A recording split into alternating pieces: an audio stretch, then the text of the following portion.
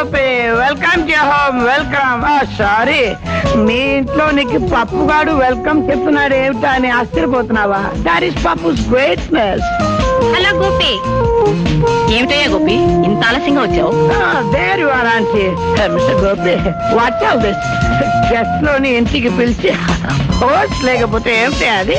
ఆయన ఈ పప్పు ఏమీ ఫీల్ అవ్వలేదు. That is Pappu's greatness. నువ్వు లేవనుకో, కనీసం ఉన్న రేఖ అయినా డ్రింక్స్ లో డాన్స్ లో పార్టిసిపేట్ చేయలేదు. Very bad.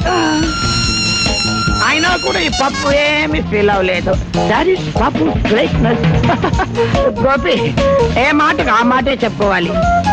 మీ హౌస్ బ్రహ్మాండంగా ఉంది. ఫ్యాంటాస్టిక్, బ్రహ్మాండంగా ఉంది. What a lovely house. What beautiful furniture. What lovely drinks. What a life and what a wife. You're lucky person. I say you're very lucky person.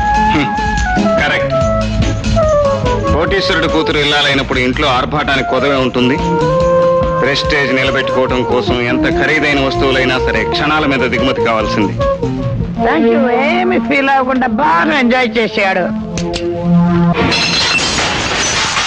ఇది బారు కాదు, club కాదు, ఒక మామూలు మనిషి ఇల్లు. నువ్వు కోటీశ్వరుడు కూతురు కాదు, ఒక మామూలు మనిషి భార్య. నేను భార్యనే తప్ప ఇంట్లో నోరెత్తకుండా పడి ఉండే బానిసను కాను.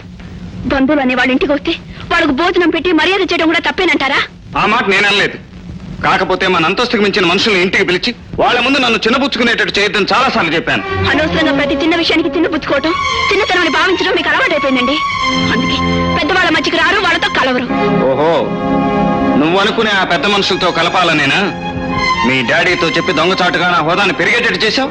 ఏమిటండి మీరనేది? తెలియనట్టు మాట్లాడక రేఖ. పెళ్లికి ముందు మీ నాన్న ఐశ్వర్యానికి అమ్ముడు పోను నేను ఈ రోజు అమ్ముడు పోతానని ఎలా అనుకున్నావు? ఆయన వేలకు వేల గుమ్మరించినంత మాత్రాన నా వ్యక్తిత్వాన్ని చంపుకుంటాననుకున్నావా? ఆయన ఆస్తికి ఆశపడి నా ఆదర్శాన్ని అమ్ముకుంటాననుకున్నావా? ఏమిటండి మీ అర్థం లేని ఆవేశం? మనకు మేలు చేయాలని, మన సుఖపడాలని మా డాడీ ఏదో సహాయం చేస్తే అదేదో పెద్ద పాపంలాగా నేతలాగా మాట్లాడతారు ఏమిటండి? అంటే నా మాటలు తప్పంటావా?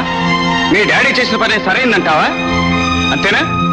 చూడు రేఖ, నేనేమిటో, నా మనసేమిటో, నా బ్రతికేమిటో నీకు బాగా తెలుసు. అన్నీ తెలిసి నీకు నాతో కలిసి ఉండటం ఇష్టం ఉందో లేదో సూటిగా చెప్పు. ఇష్టం వచ్చినట్టు మాట్లాడకండి. మీ ఆదేశాలతోనూ పట్టుదలతోనూ ప్రతిరోజు ఏదో గొడవ పెట్టుకుని నాకు మనశ్శాంతి లేకుండా చేస్తున్నారు. అంత మనశ్శాంతి కాకపోతే మీ మమ్మీ డాడీ ఇంటికి వెళ్ళిపోవచ్చుగా. ఎప్పుడో వెళ్ళిపోయేదాన్ని. కానీ కన్నవాళ్ళని కాదని, ప్రేమించిన వాడిని పెళ్లి చేసుకున్నదాన్ని ఇప్పుడు మళ్ళీ కట్టుకున్న వాడిని కాదని కన్నవాళ్ళ ఇంటికి వెళ్ళిపోతే నలుగురు నవ్వుతారని ఆలోచిస్తున్నాను. అంటే నలుగురు నవ్వుతారనే భయంతోనే ఇక్కడున్నావు గాని నా మీద ప్రేమతో కాదన్నమాట. చూడు రేఖ, పెద్దింటి ఆడపిల్లని పేదవాడి ప్రేమ అనే బంధం కట్టి ఉంచలేదని, వాళ్ళిద్దరూ కలిసి ఉండలేరని ఇప్పుడే అర్థమైంది నాకు. వెళ్ళిపో, మీ మమ్మీ డాడీ ఇంటికి వెళ్ళిపో. వెంటనే వెళ్ళిపో, వెళ్ళిపో. రేపు ఉదయం నేను లేచేసరికి నీ ముఖం కూడా నా